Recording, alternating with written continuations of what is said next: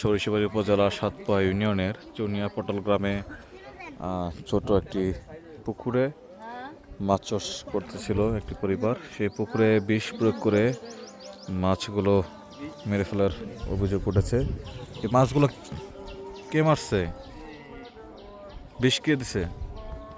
ফিসকে দিছে আমাকে পারিবারিক নিয়ে করে কতদিন ধরে কার্য করছেন। তারপর এমনি থাকলো বিদেশ আইসে আপনার 8-9 মাস ধরে বাড়িতে এসে তারপরে হের জমিন নিছে এনে বিরিঙ্গিলি করে হের সন্ত্রাসী মামলা দিছে।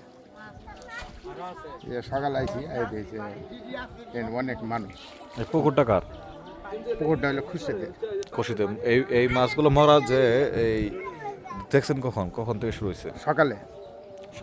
আচ্ছা, ঠিক আছে। এটি হচ্ছে চুনিয়া পটল গ্রাম। দেখতে পাচ্ছেন অনেকগুলো মাছ তারা কিন্তু ডোবা থেকে তুলছে। এখানে বেশিরভাগ